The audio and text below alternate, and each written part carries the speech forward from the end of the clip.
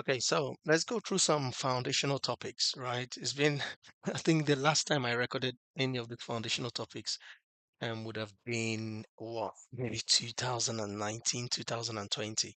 So they're still valid, they're still um, relevant, right? But sometimes, it's better to just re-record to give more context, as it were. So that's what I'm going to go try and do today with a series of videos.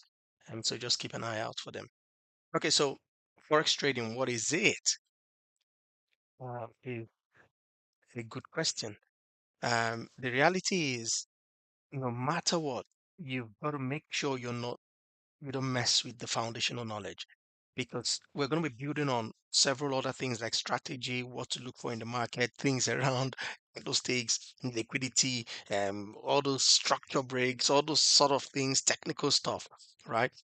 Without the foundational content or the foundational knowledge, you will struggle with those ones. So it's important you make sure you get this right. One of the things I get from people, many folks on comments on my YouTube video is usually that they don't find the foundational topics, the basics anymore anywhere, and I can understand because everyone is looking for the new tip on what to make them successful in the market. But it's a bit more. You've got to get this foundational topics right to be able to have any chance of succeeding on the more technical stuff. So make sure you don't mess with your foundations. This image here just shows that, right? If the foundation is weak, um, then the building can't survive. Even the scripture says if the foundation is destroyed, what can the righteous do? Um, so if the foundation isn't strong enough, you will struggle, right? Okay, so um, what is Forex and who is involved? This one slide here, right, kind of gives a general overview of what the whole forex market is, and I hope you can follow me through on this. So there in the center of this all, so this center here is the foreign exchange market. This market is huge, right? The forex market is a 7 trillion per day market. Now, the U.S. stock exchange, like the New York Stock Exchange and the Nasdaq, right, combined together, right, will probably give about what 100 to 300 million dollars worth of transactions every day, right? But the foreign exchange market is huge, 7 trillion per day, and it's simple because people have to buy and sell, not just the stocks. People have to buy raw materials. People have to go on holidays, and governments have to, stabilize the economy. So there's constantly different governments doing things like quantitative easing when they are pumping money into the market, into the economy, or they are pulling money out of the economy. So all those sort of things mean that about $7 trillion worth of transactions take place in the market, right? Every single day. And what you and I, as a retail traders, want to do is just take a very, very tiny fraction of that, right? And if you think about it that way, then you can. But then the question then is, how can I, in my house, in my room, on my phone, on my laptop, and be able to get involved in this huge and usually technically sounding market? How can I get involved in that? So first of all, let's see who the players are in the market. Now, the players in the market are the big financial institutions. So the big financial institutions are because it's forex. Forex is currency exchange, right? And forex is foreign exchange, right? So that's what it is. So that means that we're talking about currencies of countries, sovereign nations. So like the US is USD, Nigeria is Naira, UK is Great British pounds, and the entire European Union is euro, right? You talk of Mexican pesos, right? Norwegian krona, and you talk of Chinese yuan and Japanese yen. So these are huge, huge countries with their huge economies as well, and that have to be dealing with this with all these currencies, right? So the central banks of those countries are players, mega players, big players in the forex market. The hedge funds and investment banks, right, who are kind of long term, you know, players as well. So some of them hold investments out there for 20, 30, 40 years, right? A time, right? Not like some of us who hold trades for a couple of hours to a couple of days. These guys are holding positions, right?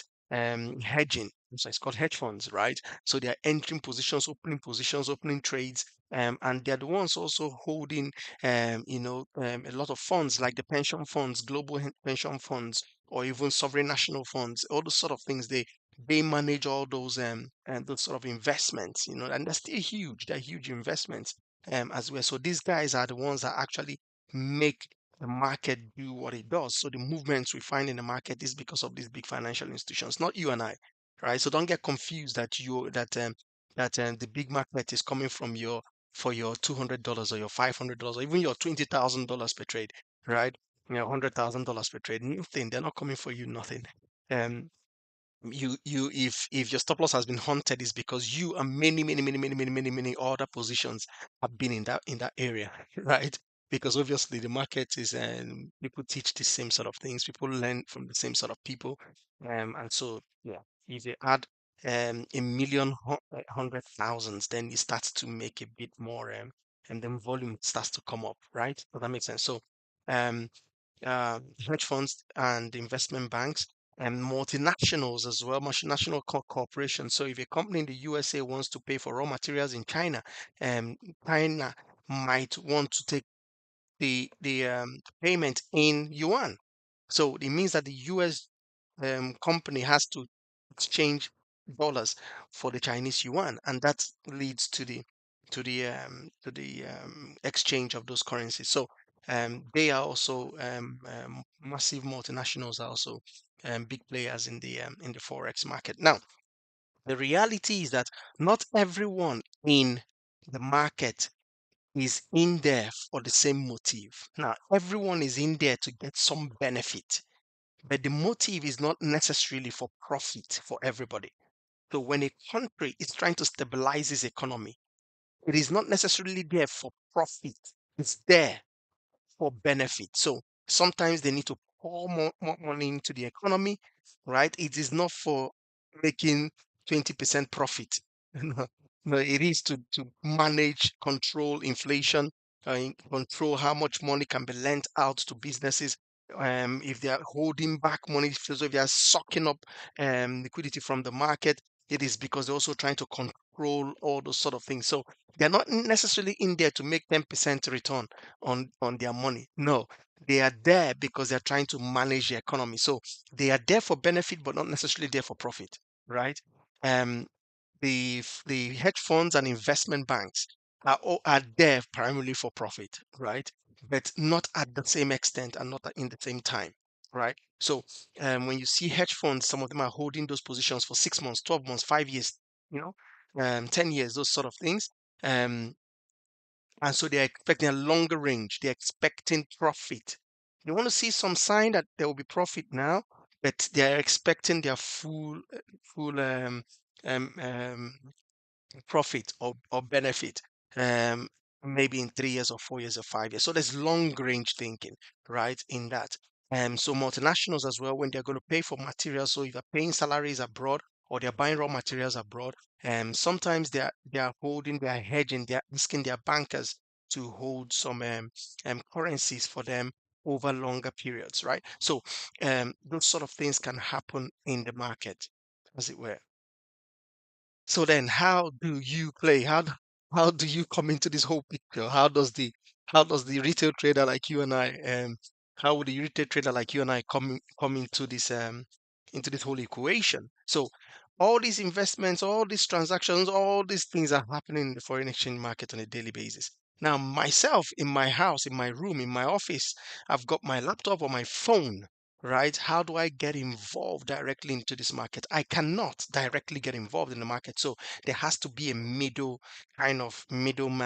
middle organization somewhere in the middle that allows me to then, make that connection into the bigger pool, right? And that's what the broker companies are. So the brokerages, and that's the part they play. So I can from my computer then place orders with the broker who then places the order through liquidity partners and stuff like that into the financial market. Now, you as an individual, you don't need to care about the details behind that. It's just like when you're making phone calls, you don't have to worry about the technicalities, the engineering behind how telephones work and how you connect to your relative or your friend or or anybody really over the phone. You just, dial the numbers and then you expect to be connected to the person, right? It's the same thing in the market. So we know that the brokers are the ones that connect us to this bigger pool of the financial market. So as long as you're positioned right with the broker, you open an account to the broker, you get the software that then links you to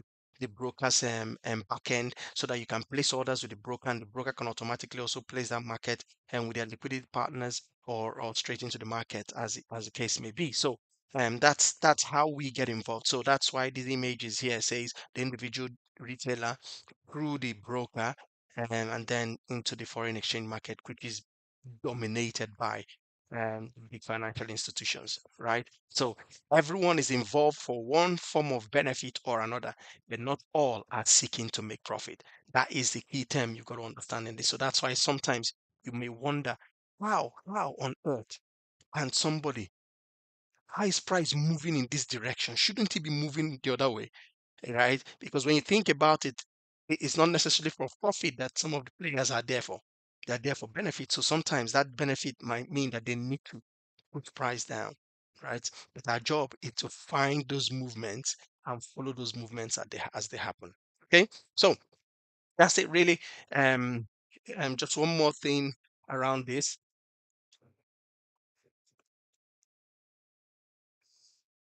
Right. So advantages of trading forex, right? With forex trading, there's high liquidity.